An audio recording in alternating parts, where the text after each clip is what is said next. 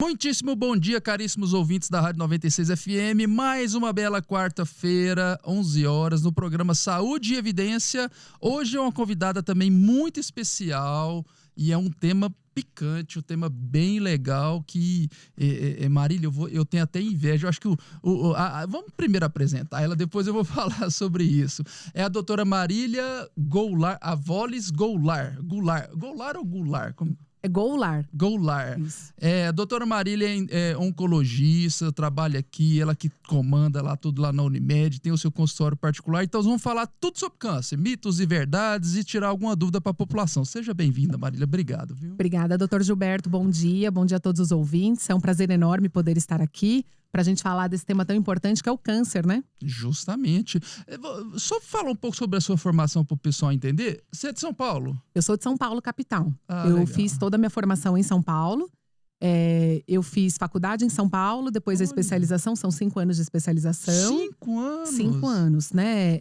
Fiz clínica médica, 2 anos pelo Hospital Albert Einstein, né? No Hospital Moisés Deutsche, e depois mais 3 anos de oncologia no Hospital do Servidor Estadual, em São Paulo. Ah, que legal, olha a formação. E aí vim para Rio Verde, não saio mais daqui não, viu, Gilberto? É uma cidade gostosa, né, Marília? Muito bom. Eu também fiz minha formação em São Paulo. Lá eu adorava. Eu sou da época que não tinha acesso tão rápido à ciência, aos artigos, né? A internet. Então, a gente tinha que ir atrás dos artigos científicos e investigar. E lá chegava, né? Os professores levavam, chegou coisa nova. Então, a ciência chegava aos nossos ouvidos com muito mais facilidade. E, de repente, naquela época, né? Em 2005, 2004 que eu formei, especializei, comparando agora. 16, quase 20 anos depois, né? Então, São Paulo é fantástico, só o trânsito que... É caótico, né? Nossa. O ir e vir é muito difícil. Aqui é tão gostoso que você consegue, de repente, você que tem que estar com filhos novos, né? Consegue almoçar em casa, voltar pro trabalho. Então, você tem essa liberdade, apesar que tem aí a hora do rush aqui, tem um período aí que tá um pouco mais complicado, mas não se compara a São Paulo, né? Sim. Nem a Goiânia, eu acho. Não, Goiânia, Deus me livre, também tá. Então, Rio Verde é uma cidade fantástica. Gente, então hoje nós vamos falar sobre os câncer, mitos e verdades com a doutora Marília Goulart. Mas nós vamos rapidinho, Marília, para um breve intervalo e no próximo bloco a gente começa a esclarecer essas dúvidas. Estamos de volta no programa Saúde e Evidência, para quem está chegando agora, com a doutora Marília, oncologista. E tá aqui. Quanto tempo que você está aqui em Rio Verde? São 4 anos. 4 anos. Isso. A doutora Marília é oncologista, o marido dela é um grande pessoa, gosto mais dele, é um cardiologista, meu amigo, doutor Felipe Goulart. O Felipe arrastou a Marília para cá, graças a Deus, porque a gente é sempre muito bom a gente trazer bons profissionais aqui para Rio Verde. Mas vamos falar agora sobre câncer. Então tem muitas dúvidas, né, que o pessoal quer saber sobre câncer. A primeira é o seguinte, igual você já falou sua formação. Você fez 2 anos de clínica, 3 anos especializando só na oncologia. Vê se eu entendo. Você pega todos os tipos de câncer? São todos os tipos, né? Hoje, na oncologia, na formação do oncologista, nós nos tornamos oncologistas clínicos e podemos tratar todos os tipos. Perfeito. Ainda não existe a subespecialidade, né? A gente segue grupos, né? Alguns grupos tratam só mama, alguns grupos tratam, por exemplo, o trato gastrointestinal, mas nós temos os fellows. E os fellows a gente consegue ficar naquele serviço, fazendo aprimoramento em relação àquele tipo de neoplasia. Mas aqui em Rio Verde eu trato todos os tipos. Então, já boa pergunta. Então, muita gente tem essa dúvida. Câncer, neoplasia, tumor, o que é? Qual que é a diferença entre eles? Existe uma diferença. Neoplasia, tumor, é todo o crescimento anormal de células. Ótimo. Né? O câncer nada mais é do que uma alteração no DNA, né? Uma mutação. Então, acontece uma mutação, seja por um estímulo externo ou qualquer outro estímulo, como, por exemplo, o cigarro, o álcool, e aí acontece essa mutação. A célula começa a crescer de forma desordenada, forma um conglomerado, e esse conglomerado a gente chama de câncer maligno. Câncer, a palavra câncer é igual doença maligna. Ótimo. Neoplasia, sim, pode ser benigna ou maligna, porque neoplasia também é um conglomerado, um crescimento de células anormais. Mas é um conglomerado de células, né, que não causam essa doença, né, que é o câncer, que não tem o poder de espalhar, o poder de matar um indivíduo. Entendi. Não, perfeito, perfeito. E em relação ao câncer especificadamente, se de repente o meu pai teve um câncer de próstata eu tenho que tomar cuidado porque eu tenho risco de ter esse câncer também? Como que é? Existe hereditariedade em câncer? A hereditariedade para os cânceres é de 5 a 10%. A Tá. grande maioria, sabe, Gilberto, é até interessante essa pergunta, porque eu recebo muitas perguntas assim, às vezes no meu consultório, às vezes não, com frequência no meu consultório. Doutor, eu não tenho pai, não tenho irmão, não tenho avô, ninguém teve câncer. Por que eu tenho câncer hoje? Ou, meu pai teve câncer, é por isso que eu tô com câncer? Então, a hereditariedade 5 a 10%. Para o câncer de próstata, um familiar de primeiro grau, ou seja, pai ou irmão, aumenta em 2 vezes mais a chance dele ter desenvolvido, né? Ou desenvolver o câncer 2 vezes mais. Em relação àquele paciente que não tem nenhuma história familiar de câncer, é o que ele fez ao longo da vida. Eu sempre pergunto, como que foi a dieta do senhor nos últimos 30 anos? O senhor praticou atividade física? Né?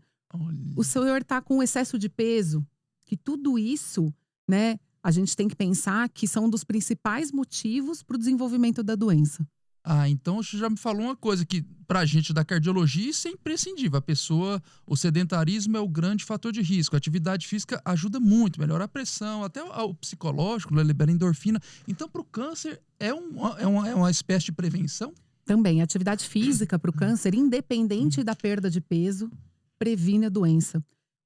A atividade física, ela tira aquela situação crônica inflamatória hormonal. Sim. E isso, né, além de aumentar o trato do trânsito intestinal. Porque se a gente tem uma dieta rica em gordura, aquela gordura, ela fica em constante contato com a parede do intestino, causando mutação. Então, com a atividade física, a gente melhoraria tudo isso. Além de manter o peso, né? Sim, sim. E você falou aqui em relação à atividade física, e também outra dúvida que eu tô vendo aqui do pessoal tá mandando, em relação a refrigerante. Refrigerante, pra gente da cardiologia, eu gosto sempre de associar, né? Puxar um pouco de sardinha pro meu lado. Na cardiologia é veneno, porque tem muito sódio, tem muito sal, aumenta a pressão, tem muito açúcar para quem é diabético. Independente se é zero ou não, né? Justamente, qualquer refrigerante. Lógico que também a gente não pode ser tão radical. Não. É proibido, não pode tomar refrigerante. De jeito nenhum. Mas não vai usar isso no seu dia a dia, né? Tudo com moderação, né? Mas o refrigerante, principalmente os refrigerantes que tem um corante. O nome do corante chama 4-metil-imidazol. E esse corante que causa o câncer, que está associado com o surgimento da doença. Independente se ele é zero ou se é um refrigerante que contém açúcar. Perfeito. Mais uma outra dúvida, agora eu vou voltar também em relação à minha área. Recentemente, há mais ou menos há uns 4 meses atrás teve isso. E agora, no mês de final de junho, início de julho, teve. A Anvisa suspendeu uns lotes de um medicamento antipertensivo chamado losartana, pelo fato de ter uma quantidade maior de impureza que tem um grande potencial carcinogênico, ou seja, provocar câncer.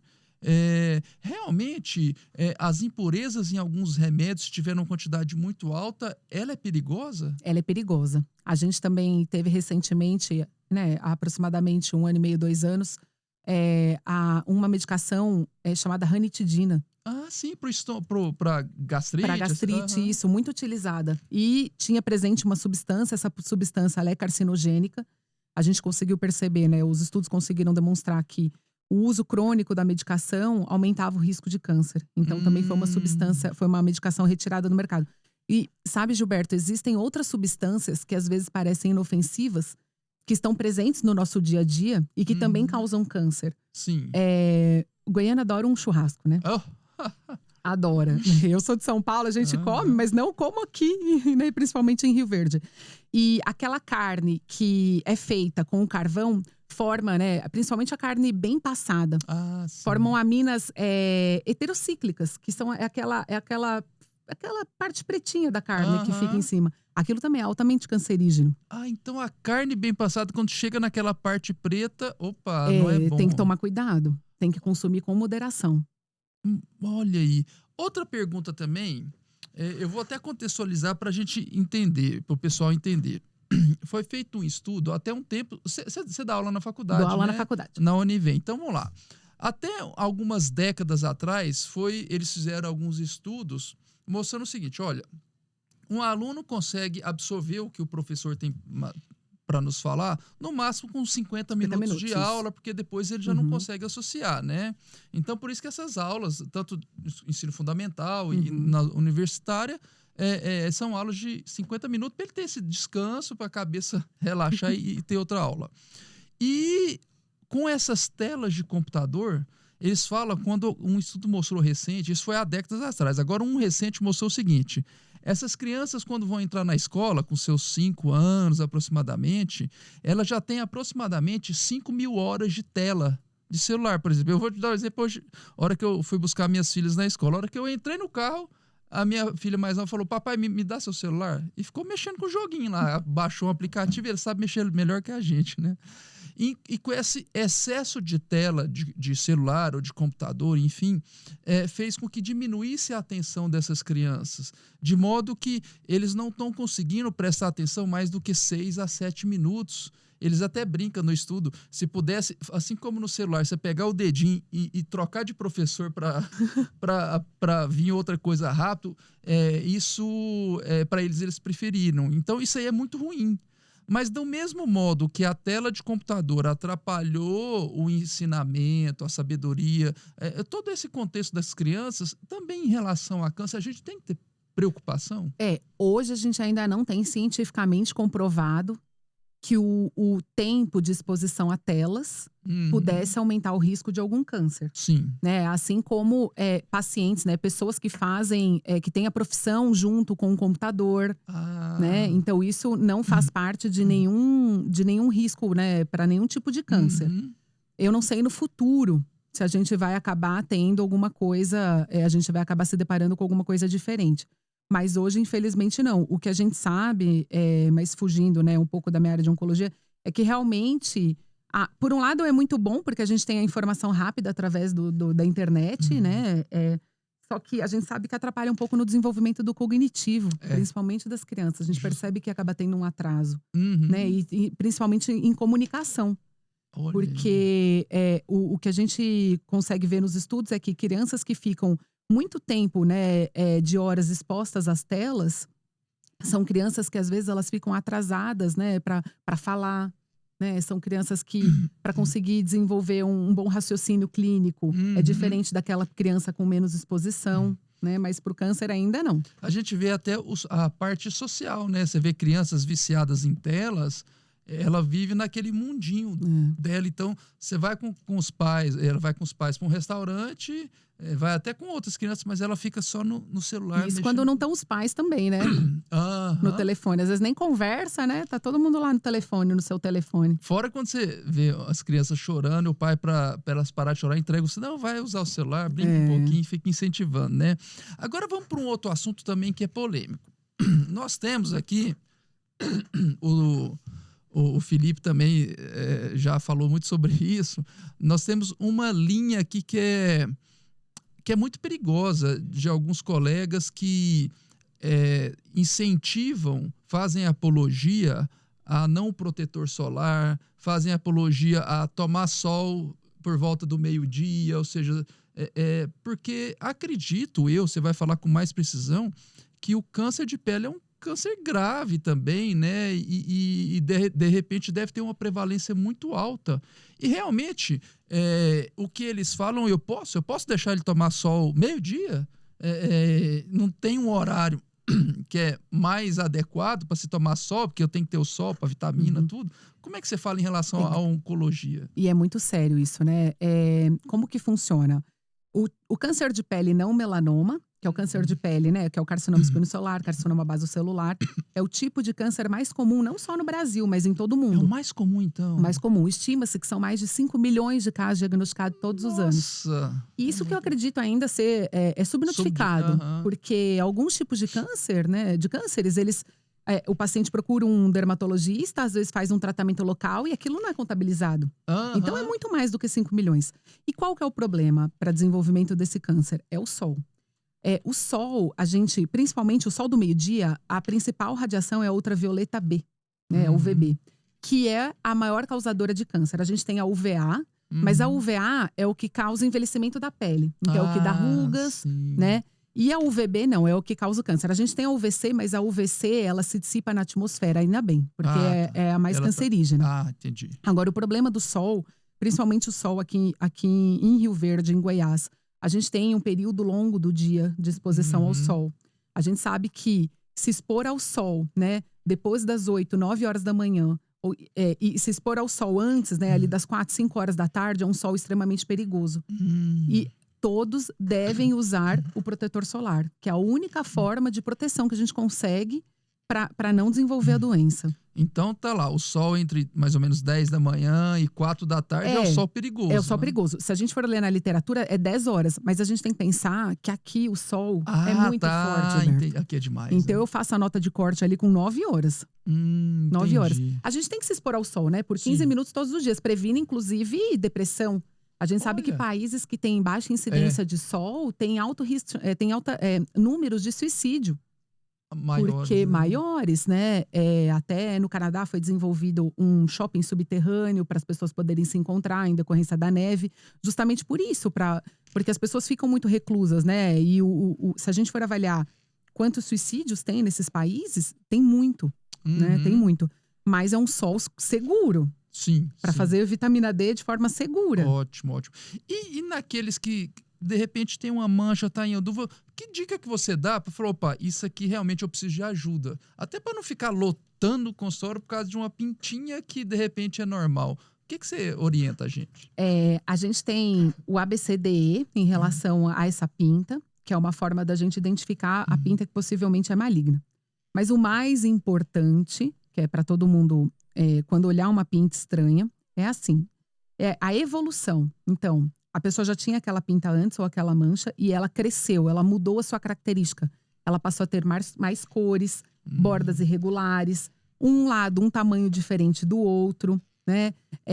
Ela mudou a sua forma de apresentação. Aí é uma pinta que você merece procurar um médico. Perfeito. Até porque, eu não entendo, o câncer de pele ele também pode espalhar, que é a metástase? Pode. Normalmente são feridas que não cicatrizam. Pode aparecer também em cima de alguma cicatriz, como queimadura. E pode espalhar sim, né? Só que ele é um câncer altamente curável. Às vezes o tratamento local somente a gente já resolve. Não precisa fazer mais nada de nenhuma quimioterapia, radioterapia, normalmente não. No caso de pessoas com pele escura, você de repente teria uma dificuldade maior por ter uma pele mais escura, dificuldade de você acompanhar essa evolução? Não que teria uma dificuldade maior. Às vezes a apresentação da forma, né, de como o câncer de pele em pacientes negros, na raça negra, a gente tem um tipo de melanoma que ele aparece principalmente nas palmas da mão e solas dos pés.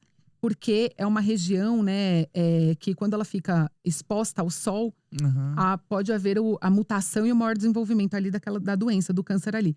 Mas o paciente negro, ele deve reconhecer se ele tem alguma alteração na pele e procurar sempre um dermatologista. Entendi. E existe, por exemplo, assim como às vezes na cardiologia a gente orienta de acordo com a faixa etária ou alguns fatores de fazer um check-up. Existe isso também, por exemplo, eu sou branquelo mesmo, de repente eu teria que fazer um check-up ou quais os fatores que as características para falar, não, você pelo menos uma vez por ano tem que procurar ajuda. Para o câncer de pele, assim, a gente tem… durante o ano tem todas as campanhas de prevenção. Ótimo. O câncer de pele, a gente tem, a maioria das vezes é sempre dezembro. A gente não tem um rastreio para câncer de pele que é orientado pelo Ministério da Saúde. Então, que a pessoa deva frequentar, né, o consultório de um dermatologista todos os anos. Não, isso não, a gente não tem. A gente tem para câncer de mama, que é o Outubro Rosa. A gente tem Novembro Azul, tem… para colonoscopia, né? A gente faz também dos pacientes, a gente tem Julho Verde, que a gente faz para câncer de cólon, mas para o câncer de pele especificamente, não. Então, o que a gente orienta a população? Percebeu que tem alguma pinta diferente, percebeu que tem alguma mancha diferente, procure um médico para avaliação. Entendi. Você falou em colonoscopia, isso me interessou, até porque, por exemplo, eu tenho histórico na família, né, de câncer dessa área do intestino grosso, do reto, e isso, existe uma idade, por exemplo, a partir de tal idade é legal a gente fazer colonoscopia, já que é uma maneira boa, até porque tem aquele mito, o homem é mais preconceito em relação à colonoscopia e o toque, que nós vamos falar depois, né? O Ministério da Saúde orienta, né, que a partir dos 50 anos, toda a 50. população deva ser investigada para câncer de colo. Uhum. Inicia-se com sangue oculto nas fezes. Sim. Caso positivo, faz colonoscopia. Porém, a Sociedade Brasileira, né, de Proctologia, ela é um pouco mais incisiva. Então, essa idade, ela cai. Ela cai e começa com 45 anos. Opa. Caso você tenha na família, vamos supor, um parente de primeiro grau principalmente, que desenvolveu a doença antes dos 50 anos, então a gente tem que iniciar para esse parente de primeiro grau, né? Então, para a pessoa, 10 anos antes 10 de quando anos. foi diagnosticada a doença. 10 anos antes, com colonoscopia. Olha. Então vamos supor, seu pai teve, né? O paciente tem algum parente de primeiro grau. O pai teve com 45 anos. A gente vai ter que iniciar com 35 anos. Entendi. A investigação. Ô Marília, e essas campanhas que a gente vê cada mês é uma cor diferente, tudo, e de umas décadas para cá a gente acompanhou isso. Realmente elas são boas, elas ajudam a diagnosticar e de repente a tratar, porque vê se eu entendo certo. O tratamento precoce, você aumenta a chance de salvar a vida de um paciente, seria isso? Isso. Eu falo que o diagnóstico precoce é o melhor tratamento, Ótimo. né? Para câncer de mama, a gente consegue a cura em até 95% dos casos. Nossa, coisa boa. Se a gente diagnostica bem precoce a doença. Uhum. E câncer de mama, a gente está falando, tirando pele e não melanoma, câncer de mama é o tipo de câncer mais comum. Né? Olha, mais comum na Mais mulher. comum. A estimativa que nós temos pelo INCA é de 2020, mas são mais de 66 mil casos. Então, é muito grande, né? E a gente sabe que também ele lidera o ranking de mortalidade para as nossas mulheres. Por mais que tenha 95% de chance de ser tratado precocemente, e lidera o ranking. Pois é. Quando a gente começa, né, faz o diagnóstico mais tardiamente, a gente só consegue reverter em 50%. Então, é difícil, né? Merece muita atenção. As campanhas, todo ano, na verdade, é o momento ideal para você fazer e ir atrás do seu exame. Sim. As campanhas é uma forma do Ministério da Saúde priorizar, né, e orientar essas mulheres, né, deixar de uma forma mais clara, naquele mês que ela tem que fazer o seu exame, para ela não esquecer. Uhum. E funciona. Aqui na cidade, nós temos a parceria com o Hospital do Câncer, que é ótimo. O paciente consegue pegar esse encaminhamento através do posto de saúde. Uhum. E lá eles fazem todos os exames, inclusive tem um mamógrafo ótimo no hospital. Ah, que bom. E eles conseguem fazer todos esses exames de rastreamento, desde a colonoscopia, o exame de toque Olha. junto com o PSA, Uhum. a mamografia. Tudo pelo SUS? Tudo pelo SUS. Que coisa boa. Tudo pelo SUS. E, inclusive, o Hospital do Câncer, o mamógrafo, ele não só atende aqui a cidade de Rio Verde, mas ele abrange todas as outras cidades vizinhas. Porque às vezes não tem um mamógrafo disponível, né? Uhum. E aí o paciente consegue fazer. E precisa fazer, precisa. Né? A gente vê, às vezes, alguns, inclusive médicos, colocando na internet de que a mamografia também causa câncer. Que uma isso? radiação, Ah, tá. mas a gente tem que colocar risco-benefício. Isso. A radiação é ínfima em relação ao benefício que traz realizar o exame e reconhecer uma doença na sua forma mais precoce. E a mamografia, Gilberto, ela ainda é o padrão ouro. Que, às vezes o paciente fala, não, mas eu quero fazer ressonância. A mamografia vê lesões que às vezes nem a ressonância consegue perceber. O mesmo vale, de repente eu vou te falar, vamos lá, minha esposa tem uma prótese na mama. A mamografia consegue ter essa sensibilidade? Consegue. O indicado é fazer mamografia. Ah, que bom. Mulheres mais jovens, né? Ou às vezes a prótese é muito volumosa, né? Aí a gente associa outro exame, ou ultrassom, e aí quando necessário também a gente pode fazer, ao invés da mamografia, a gente faz a ressonância. Mas inicialmente, para todas as pacientes, a gente faz mamografia. Maria, e existe, assim, uma diferença de quando eu vou pedir ultrassom e quando eu vou pedir a mamografia para uma mulher, para avaliar? Existe. A gente começa, então, a gente avalia. Primeiro, a gente tem que avaliar a queixa da paciente. Né? Se for uma queixa de alguma lesão realmente potencialmente suspeita, aí a gente pede primeiro a mamografia. A gente vai avaliar uma nota que chama BIRADS, que vem na mamografia, que vai do 0 ao 6.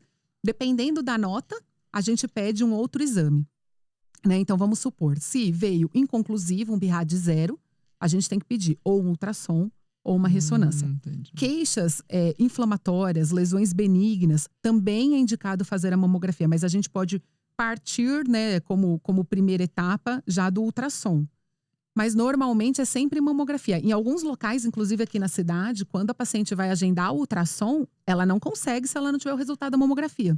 O radiologista, ele pede que ela traga o resultado da mamografia Aham. para ele poder conseguir fazer a ultrassom e fazer aquela comparação. Olha aí. E o autoexame ainda é uma arma para o diagnóstico precoce? Antes, né, eu sou de uma época, acho que você também, né, Gilberto, que a gente via na televisão a orientação de como fazer autoexame. Isso. Vai na frente do espelho, vai no banho, né? Aham. Ensinava a forma, faz sentido horário. Hoje a gente não orienta mais. Ah, sim. O que a gente orienta? Que toda mulher deve conhecer a própria mama.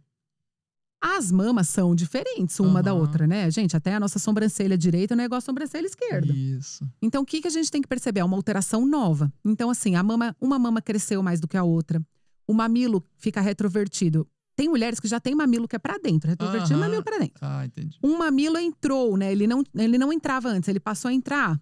Tem que pesquisar, Opa, tem que ir aham. atrás, né? Ah, nossa, percebi que tem um nódulo, percebi que a pele tá diferente, né? Tá em casca de laranja, tá coçando, tá saindo secreção da mama, tem alguma nodulação embaixo do braço. Aí a paciente tem que procurar um médico. O Ministério da Saúde orienta que todas as mulheres a partir de 40 anos Ah, façam o exame clínico anual das mamas, que é o médico palpar as mamas Uhum. todos os anos, para ver se tem alguma coisa que mudou. Entendi. Mas se a mulher perceber, tem alguma coisa de errado, até antes o câncer de mama ele é muito raro antes dos 35 anos. Uhum. Mas mesmo assim, você percebeu, nossa, tem alguma coisa de errado na minha mama, procura o médico. Existem alguns casos em que você pode tomar uma atitude tão radical como foi aquele famoso caso da Angelina Jolie. Se eu não me engano, se me corrija aí, parece que ela tem histórico de parente de primeiro grau, não sei se foi a mãe que teve câncer grave e ela resolveu tirar a mama e colocar uma prótese, fazer mastectomia. Ela tem uma mutação que chama mutação do BRCA. Ah, então ela fez esse. Ela tem uma mutação genética. O que é o BRCA? Eu brinco até com os alunos da faculdade. Eu falo, BRCA é como se fosse o super-herói. Eu falo que ele é igual, né, um Superman mesmo que anda no nosso corpo. Porque ele reconhece quando uma célula é maligna, quando essa célula sofreu mutação. Ele reconhece e, através de algumas formas, né, acontece a destruição dessa célula. Só que tem mulheres, né, e homens, inclusive, que tem essa mutação desse gene, que chama BRCA. E quem tem a mutação desse gene, imagina, ele é um gene mutado, ele é um gene deficiente, coitado. Ele não vai conseguir reconhecer aquela célula que está mutada. E aí aquela célula progride e dá a doença, que é o caso da Angelina Jolie. Então ela tem a mutação do BRCA. Pacientes com mutação de BRCA, a gente tem 2 tipos, BRCA1 e BRCA2, mas pacientes com mutação de BRCA aumenta em mais de 8 vezes a chance de desenvolver câncer de mama, câncer de ovário. Hoje a gente já tem caso na literatura, câncer de pâncreas, o melanoma, que é aquele câncer bem temido de pele. E eu acho que conforme a gente vai evoluindo nos estudos, a gente vai conseguir descobrir outros tipos de cânceres relacionados. Então o que ela fez? Ela retirou as mamas e retirou os ovários para não ter o risco, né? Aí você pensa, ai meu Deus, será que eu tenho, né, mutação de BRCA? O que eu devo fazer? Ótimo. É um exame que a gente consegue fazer, né? É pelo sangue? É pelo sangue, ou um cotonete que a gente passa na mucosa, ou através da saliva. Entendi. E como que funciona? O SUS consegue pedir o exame, mas tem as indicações precisas para solicitação. Quais são essas indicações? Por exemplo, é aquela mulher que ela fala assim, olha, a minha avó teve câncer de mama, minha mãe teve câncer de mama, a irmã da minha mãe, minha tia teve câncer de mama, a minha irmã teve câncer de mama. Vixe. Provavelmente ela tem uma mutação de BRCA, né? Ou, por exemplo, com história de câncer de ovário, também da mesma forma, né? Ou câncer de mama em homem, porque de cada 100 pessoas diagnosticadas com câncer de mama, uma só é homem. É muito pouco. É muito pouco. Aí também teria indicação. Caso contrário, é um exame pago, né? Então dá para fazer um exame pago. E aí é quente, porém, porque muitas pessoas me procuram no consultório querendo fazer as mutações. A gente faz. Mas o que a gente já faz com esse resultado? Porque não é tão simples, né? Tirar as mamas é uma mutilação. Justamente. Né? Fazer mastectomia, gente, tirar as 2 mamas, não tira todo o tecido mamário. E tirar os ovários é uma castração. Então a mulher entra na menopausa a partir daquele momento. Se ela for jovem, então ela aumenta o risco dela ter o quê? Osteoporose. Nossa, aumenta o risco cardiovascular, né? Então a gente precisa pontuar bem, expor, né? O que a gente vai fazer com o resultado, qual vai ser o próximo passo, do que a gente já sair fazendo de forma indiscriminada para todo mundo esse exame. Então deve ser muito bem, assim, conversado com a paciente, né? As consequências de fazer todo esse procedimento, né? O mesmo também valeria para colo de útero, que é um outro câncer também que assusta a mulher, né? Tanto que a gente está falando muito em prevenção, realmente aquela vacina do HPV, já que parece que é uma das principais causas de câncer de colo de útero, é o papiloma vírus humano, ela ajuda na prevenção? Ajuda. Hoje, a vacina que nós temos é a quadrivalente, né? A gente tem agora outras vacinas vindo, né? Vai ser mais comum a gente usar outro tipo de vacina, mas hoje, atualmente, é a vacina quadrivalente. Ela protege contra o vírus do HPV são mais de 100 tipos, né? Oh, E ela protege contra o 6, o 11, o 16 e o 18. aham, O 6 e o 11 normalmente causam as verrugas genitais. uhum, E o 16 e o 18 é o que causa o câncer, né? entendi. E a vacina, ela previne. A gente acredita-se que mais de 75% da população já tenha tido contato com o vírus HPV. Uhum. E é muito triste, Gilberto, porque quando a gente pega a nossa escala, né, nossa tabela de incidência de câncer, a gente vê que o câncer de colo do útero, né, tá lá em cima. Então, no ano de 2020, a gente tem lá que foram mais de 15, 16 mil casos diagnosticados. Nossa. É muito. Aham. E se a gente vê em país de primeiro mundo, a gente vê que tá lá embaixo. Por quê? Porque é uma atenção, a gente tem que realmente, né, investir na nossa atenção primária, que é o exame preventivo. Ah, É um sim. câncer praticamente totalmente prevenível.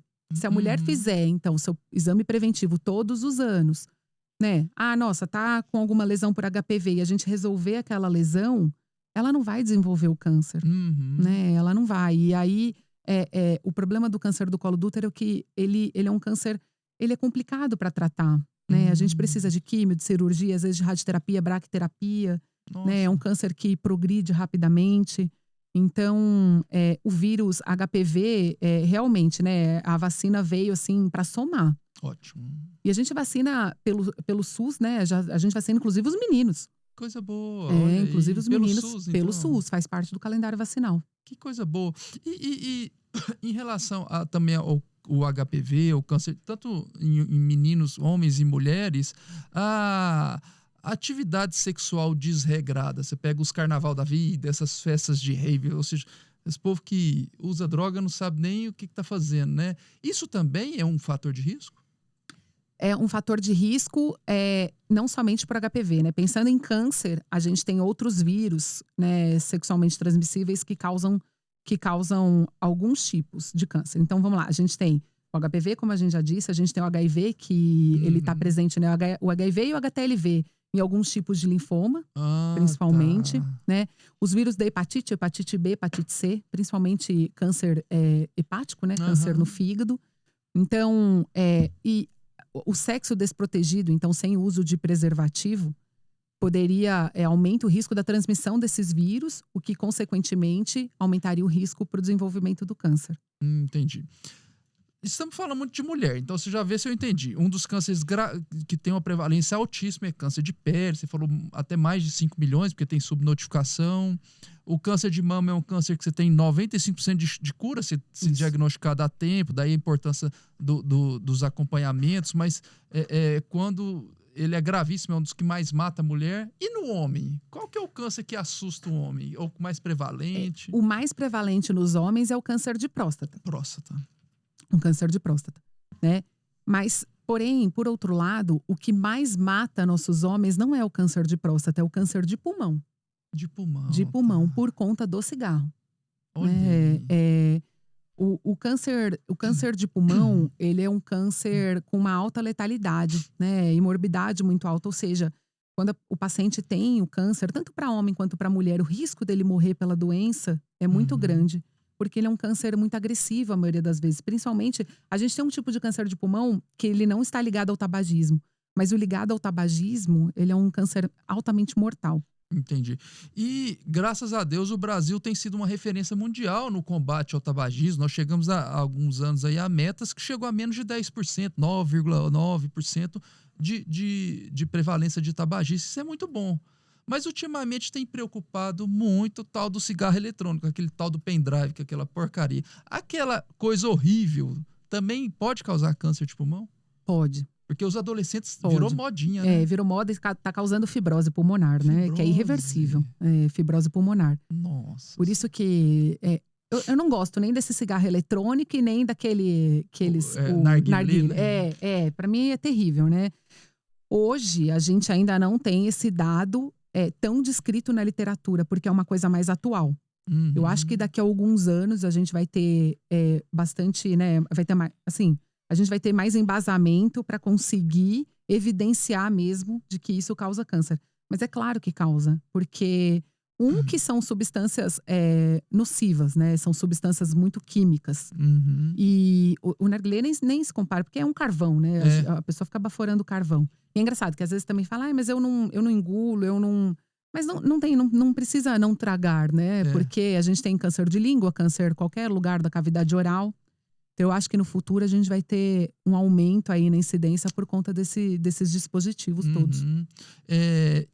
Marília, agora, vamos continuar no homem também, falando agora sobre o câncer de próstata, que não é o que mais mata o homem, mas é um câncer bem prevalente. Mas eu vou deixar essa pergunta para o próximo bloco, para o pessoal já ficar atento. Então vamos rapidinho para um intervalo e no próximo bloco vamos falar sobre o câncer de próstata e qual a melhor forma de prevenir. Estamos de volta no programa Saúde e Evidência, hoje quarta-feira, com a doutora Marília, oncologista daqui de Rio Verde. Falando os mitos e verdades sobre câncer, né? E agora chegamos no câncer de próstata. Há um tempo atrás, por isso que a gente, no bloco anterior, a gente estava falando um pouco sobre as campanhas que realmente ajudam a ser o diagnóstico, e você já comentou que o tratamento precoce é o melhor tratamento, né? E o câncer de próstata, já houveram alguns estudos mostrando que as campanhas não estavam surtindo muito efeito. Mas aí depois eles foram ver que naquela época que o pessoal estava só focando no PSA e estava deixando de fazer o toque retal. E naquela época, você vai falar se hoje é assim, existe ainda muito preconceito, principalmente um homem de mais de idade, de fazer o toque retal, porque é desconfortável, sim. E realmente a campanha é boa, mas quando faz os dois, quando só o PSA é ruim, me explica sobre isso. Existe ainda muito preconceito. Existe. Existe. Então, olha. É uma verdade, infelizmente, né?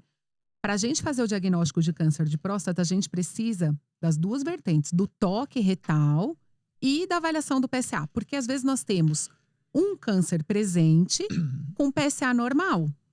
O que acontece? O câncer, quando ele surge na próstata, ele surge na periferia da próstata, né? Então, imagina que é como se fosse uma maçã, né? Então, o câncer ele vai surgir lá perto da casca dessa maçã. De fora para dentro. Exato. E para começar a dar sintoma, ele já tem uma evolução de um tempo maior que ele está ali. Aí que ele vai começar a dar sintoma, que o homem vai começar a perceber que ele tem dificuldade para urinar ou presença de sangue. Mas caso contrário, não. Ele é indolente, ele começa a crescer ali, o homem não percebe, faz o PSA vem normal. E aí o médico só consegue saber que ali tem um câncer quando ele coloca o dedo. E aí ele percebe que tem um endurecimento.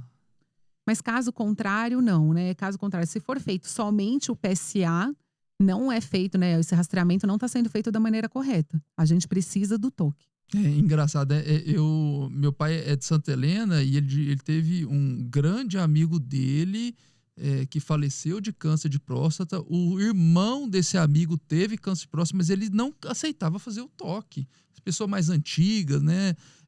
Então, e por causa disso, quando diagnosticou, já não tinha mais o que fazer. Então, Porque espalha, né? Faz metástase, principalmente para os ossos. para os ossos, e deve ser uma dor. Câncer de dor de osso quebrado, né? O Ai. câncer vai para os ossos e é difícil. É difícil. A pessoa às vezes começa a perder os movimentos, né? Dor, gente, diminui qualidade de vida. Né? E falando sobre isso também, agora vamos, porque assim, tem a parte prazerosa da oncologia, que você ajudar a salvar a vida do paciente, isso é fantástico, né? Eu até brinco, acho que o Felipe deve falar isso muito com você, porque a adesão ao tratamento da cardiologia é muito baixa, chega em média de 19,4% a 20%. Mas eu até brinco com os pacientes, né?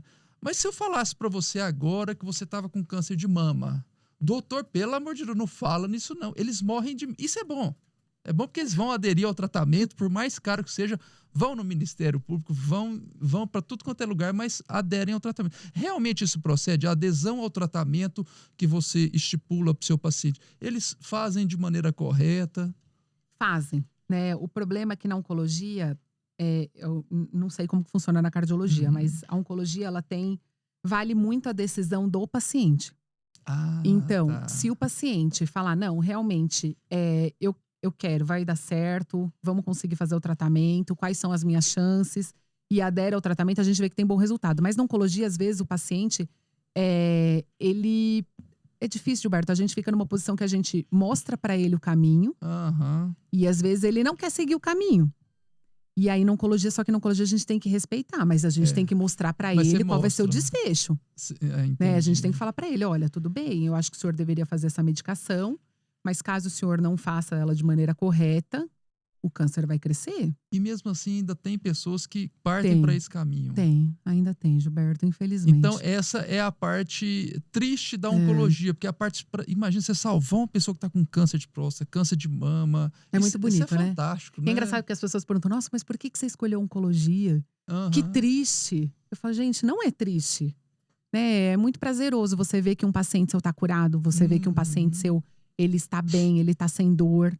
E eu falo assim, quando o paciente descobre que tem câncer, não é somente ele que tem câncer, todos os familiares estão com câncer também, parece. Justamente. Todo mundo sofre muito. A notícia de câncer é igual a gente falar que o paciente vai morrer, né? Você fala, é como se a foice, você estivesse segurando a foice ali do seu lado. Mas a gente vê que o paciente ficou bem, que você teve bons resultados. Nossa, eu falo isso que não tem dinheiro que compre. E aí vai então outra pergunta sobre isso. Vamos lá. Na minha época de faculdade, por mais que eu sou apaixonado por cardiologia, na época, cada semestre eu falava fazer alguma coisa, mas a hora que eu coloquei um esteto no ouvido, ouvi um coração, acabou. Eu lembro que eu até liguei pro meu pai, agora acabou, agora eu já decidi e continuei. Mas as matérias e os temas que mais me chamaram a atenção foi a psicologia médica e a psiquiatria médica, que na minha época eles abordaram muito a relação médico-paciente, que isso é muito importante. Então eu posso ser o melhor cardiologista de Goiás, mas se eu sou um cavalo para tratar o paciente, não dá. Faz parte do médico bom ter uma relação muito boa.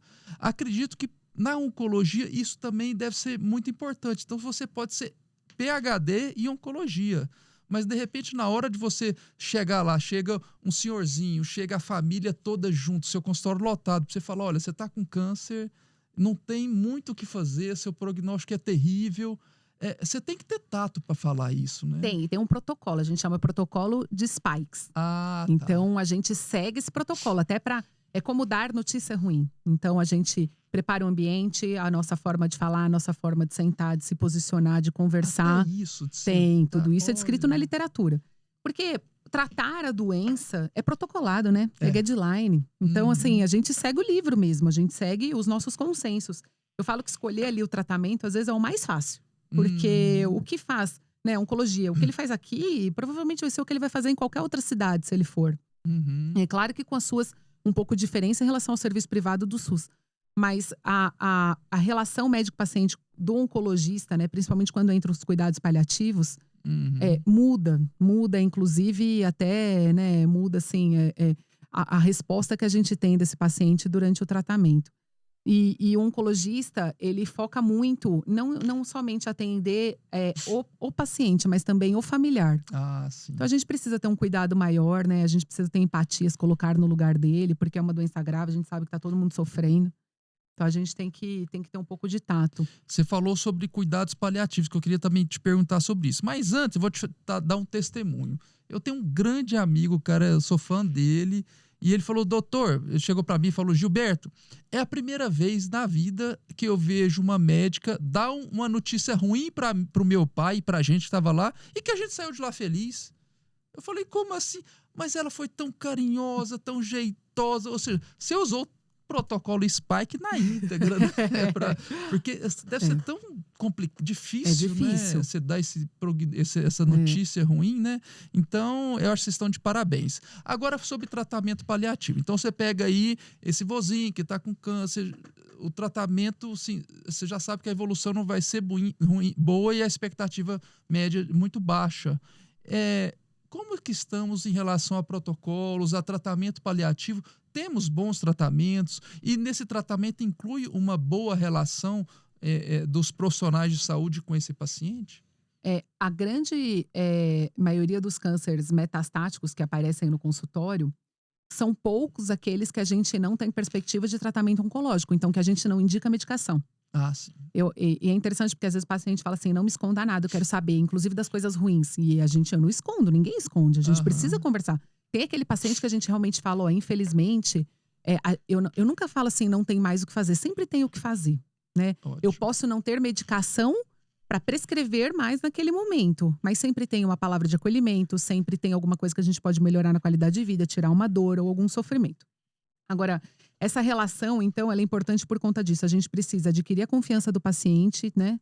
É uma troca mútua para a gente conseguir encontrar a melhor forma desse paciente viver bem. Uhum. Os protocolos de oncologia, inclusive para os pacientes paliativos, a gente tem muita medicação. Hoje a oncologia tem Olha. evoluído muito. Depois da cardiologia, a oncologia é a especialidade que mais publica no mundo. É Né? A primeira é a mesmo? Ah, cardiologia, isso, depois é a aham. oncologia. Por quê? Porque com o envelhecimento da população, as pessoas estão vivendo cada vez mais. Justamente. Então, com o envelhecimento da população, as pessoas vão ter mais cânceres, inclusive por conta do estilo de vida, né, que elas estão Uhum. levando. Então, a gente precisa, né, de cada vez mais o quê? De desenvolver drogas para o câncer ser uma doença crônica. Hum. Alguns tipos de neoplasia, né, malignas, a gente consegue mais anos de vida por conta do quê? Das medicações modernas que a gente tem. Né? Entendi. Agora, o cuidados paliativos, ele foi implementado no Brasil já tem alguns anos e ele tem se sedimentado cada vez mais. Nós temos leis hoje que protegem o médico, né, e os familiares em relação a não prolongar o sofrimento humano. Mas o Hum. cuidados paliativos, sabe, Gilberto, é uma coisa que a gente tem que, é um trabalho de formiguinha. A gente tem que É. conversar muito com aquele paciente, explicar para ele o que está acontecendo, né? Ele tem que compreender que a morte é um processo natural da vida, Uhum. né? Tem que entender que ele está diante de uma doença grave e o que a gente pode fazer com aquela informação para ele melhorar, principalmente focando em qualidade de vida, conforto. Ah, ótimo. Olha que interessante. Você vira uma psicóloga, né? Porque, nossa senhora. E às vezes tudo bem que você já tem essa experiência, essa expertise, mas de vez em quando você não chega até a se envolver e até emocionalmente com toda Muito. essa É um situação? erro, né? A gente fala que é um erro. Justamente. Aham. Mas até é mais difícil quando vai para casa, né, Gilberto? Isso. Nossa, acho que Aham. você também deve ser assim, né? É, é. E aí, a gente não pode chorar na frente do paciente de forma a gente, Aham. né, eu não choro na frente do paciente, jamais. Mas tem alguns pacientes que a gente se apega muito, algumas famílias que são muito especiais. É. E aí a gente tem que tentar separar, né, o emocional, né, do Uhum. profissional. E sabe, Gilberto, recentemente eu tive uma paciente que eu sou muito amiga dela. E foi interessante, porque ela falou pra mim, inclusive, ela: "Ah, eu tô com dor na mama, tô dormindo com o braço, acho que é porque eu tô dormindo com o braço em cima da mama". E aí eu falei: "Não, vai no meu consultório, deixa eu dar uma olhada nessa mama, deixa eu palpar a mama". E quando eu botei a mão na mama, é câncer, eu falei. Eu não Ah. tinha dúvida que era câncer. Ah, E foi não. difícil, porque na hora, assim, eu mentalizei que eu tinha que separar o profissional do pessoal, porque senão a gente acaba se envolvendo, e às vezes se perde alguma coisa, né. Uhum. Mas deu tudo certo, graças a Ah, Deus. que Hoje ela tá bom. ótima, conseguiu fazer o tratamento, mas a gente sofre, é inevitável, né. Em relação a esse câncer, agora é uma pergunta de leigo mesmo. Eu já percebo, até ouvi uma vez um comentário de um colega, falou, não, quem tem câncer vai estar eternamente, vai ter que fazer suas avaliações, porque a chance de o que curou. Então, vamos supor, ela teve câncer de mama, curou, graças a Deus está bem, mas ela mesmo assim tem um risco de desenvolver novo câncer, ela tem que estar sempre em acompanhamento. A gente não tem como garantir 100% de que o câncer não vai voltar. A gente tem Uhum. os dados em estudo. Sim. A gente consegue saber que 5 anos de evolução sem apresentar, né, nenhum sinal da doença, a gente sabe que Tá. a chance, o risco de voltar existe, mas a chance, né, às vezes é muito pequena. Uhum. Mas eu sempre deixo claro para o paciente, eu não tenho como garantir. E nem mesmo porque se ocorrer uma mutação, eu não tenho como garantir que às vezes não possa surgir outra mutação ou outro tipo de câncer. Ah, tá. Mas, em alguns consultórios oncológicos, o paciente, a partir dependendo do tipo de câncer, ele até recebe alta. Porque a gente sabe que a chance de voltar é muito pequena mesmo, é remota. E ele acaba recebendo alta, só voltar caso ele apresente alguma coisa. Ah, que legal. Outra dúvida também, você falou do câncer de mama. Já questionaram sobre o sutiã. O sutiã quando aperta demais ou essas coisas, isso aí pode piorar e espalhar o câncer? Não, não. Sutiã Ótimo. apertado não aumenta o risco de câncer de mama. Existem alguns mitos, né? A gente tem, por Uhum. exemplo, né, desodorante. Desodorante. Né, o desodorante, até a Sociedade Americana, né, de Oncologia e a Sociedade Brasileira, eles viram que o desodorante não aumenta o risco.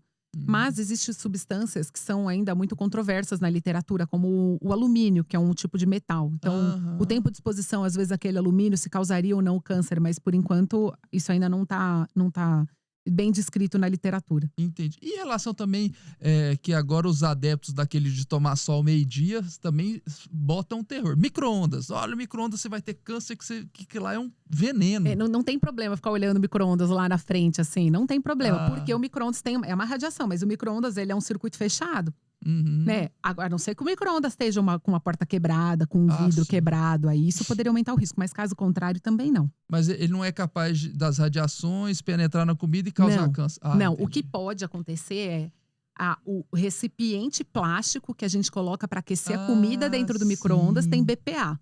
E esse BPA é cancerígeno. Aí a gente teria que esquentar os alimentos em recipientes de vidro dentro do micro-ondas, que é o ideal.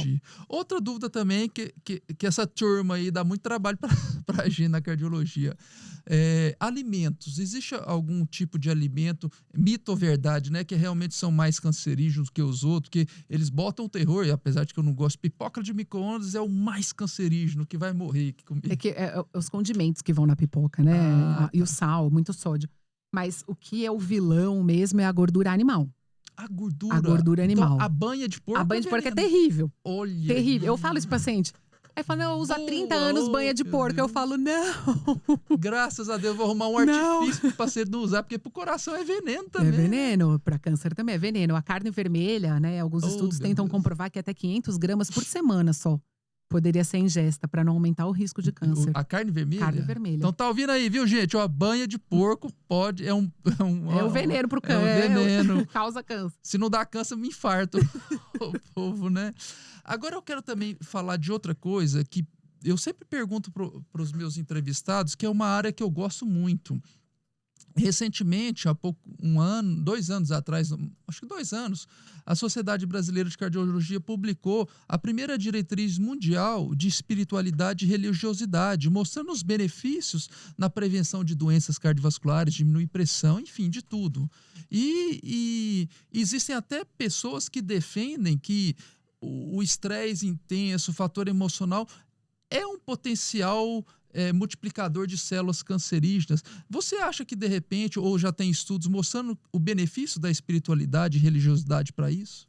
Tem, a gente tem alguns estudos bem robustos, Ótimo. Né? E um deles, que é um dos mais importantes que nós temos, eles fizeram, eles tentaram comprovar realmente tanto que a espiritualidade, né, ou o processo de dor pudesse causar o câncer. Não foi cientificamente comprovado no acompanhamento dos dois grupos, daqueles pacientes que se consideravam, né, pacientes tristes e sem religião em relação aos outros pacientes. Mas, Gilberto, o principal ponto do estudo, o que eles disseram, né? O câncer ele é comum acima de 50 anos. Então, pessoas a partir de 50 anos são pessoas que já passaram por grandes frustrações. E às vezes, né, tem maior apego com a religião ou não. Então, isso a gente não vai entrar em questão de crença, né? Porque eu também tenho a minha, mas isso não foi comprovado. Mas sabe, Gilberto, na prática, o que eu vejo? Eu vejo que pacientes que têm a religião como um apoio, eles são mais aderentes ao tratamento, eles são pacientes que encaram melhor a doença, eles são pacientes que compreendem melhor, né, os seus próprios sentimentos. Então, isso é muito bom, né? Ah, ótimo.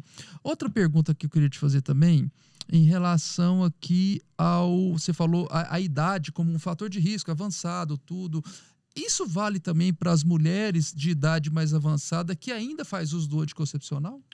Vale, né? É até uma briga entre os oncologistas e ginecologistas, Os estudos, com segurança, a terapia de reposição hormonal, se a paciente não tiver nenhum outro fator de risco, até 5 anos é seguro. Mas nenhum outro fator de risco, esse que é o problema. Ah, entendi. Porque quais são eles, né? Sedentarismo, excesso de gordura corporal, consumo de carne com gordura, né? De origem animal, né? Menarca precoce, então você tem uma menstruação, primeira menstruação muito jovem, uma menopausa, né? Depois dos 55 anos. Então, tudo isso deve ser bem avaliado. Mas o hormônio, né? O hormônio externo, você tomar um hormônio que não é aquele que você produz, Aumenta o risco, sim, inclusive anticoncepcional. Olha aí, porque tá uma moda agora do tal do chip da beleza. Chip da beleza, se é. entupindo de hormônio aí, né? Outra dúvida também que agora tá relacionada, os goianos vão gostar. Goiano gosta de beber. E o álcool? O álcool também é perigoso? O álcool aumenta o risco praticamente. Você quer chutar o que aumenta o risco para câncer? Chuta álcool que você acerta. Olha. Que é para todos praticamente. Olha. Né? E o álcool, aonde ele passa, causa o câncer, causa mutação. Então a pessoa bebe o álcool, aí todos os tipos de câncer de boca, né? Língua, cavidade oral, amígdala, esôfago, estômago, Que intestino. isso? Aí ele é metabolizado, eliminado pela urina, então bexiga, pode passar pelo pulmão, então depois da molécula alcoólica, então pulmão, mama, tudo, todos. Que isso. Marília, o papo tá gostoso demais, você tá bem didática, gostei, parabéns. Mas eu vou deixar os segundos finais para suas considerações, deixa o seu recado. Quem quiser te procurar, onde consegue te encontrar, fala aí pra gente. Então, eu quero agradecer, muito obrigada ao Dr. Gilberto, né? Se alguém tiver alguma dúvida, eu estou à disposição. Eu atendo lá na Unimed, no 3051-5230. E eu também atendo, meu consultório é lá na Cardiofit. E aí eu fico à disposição, tá bom? Não precisem se preocupar, a gente precisa viver também, né? Mas tudo com moderação, certo? Obrigada. Eu te agradeço, Marília. Muitíssimo obrigado pela vinda, foi muito bom. Se você me permitir, eu vou te incomodar mais vezes para você falar sobre... São temas muito interessantes. Gente, finalizando mais um programa Saúde e Evidência, liberar o almoço para a turma que está nos ouvindo agora. Te agradeço de coração, muitíssimo obrigado e fiquem todos com Deus.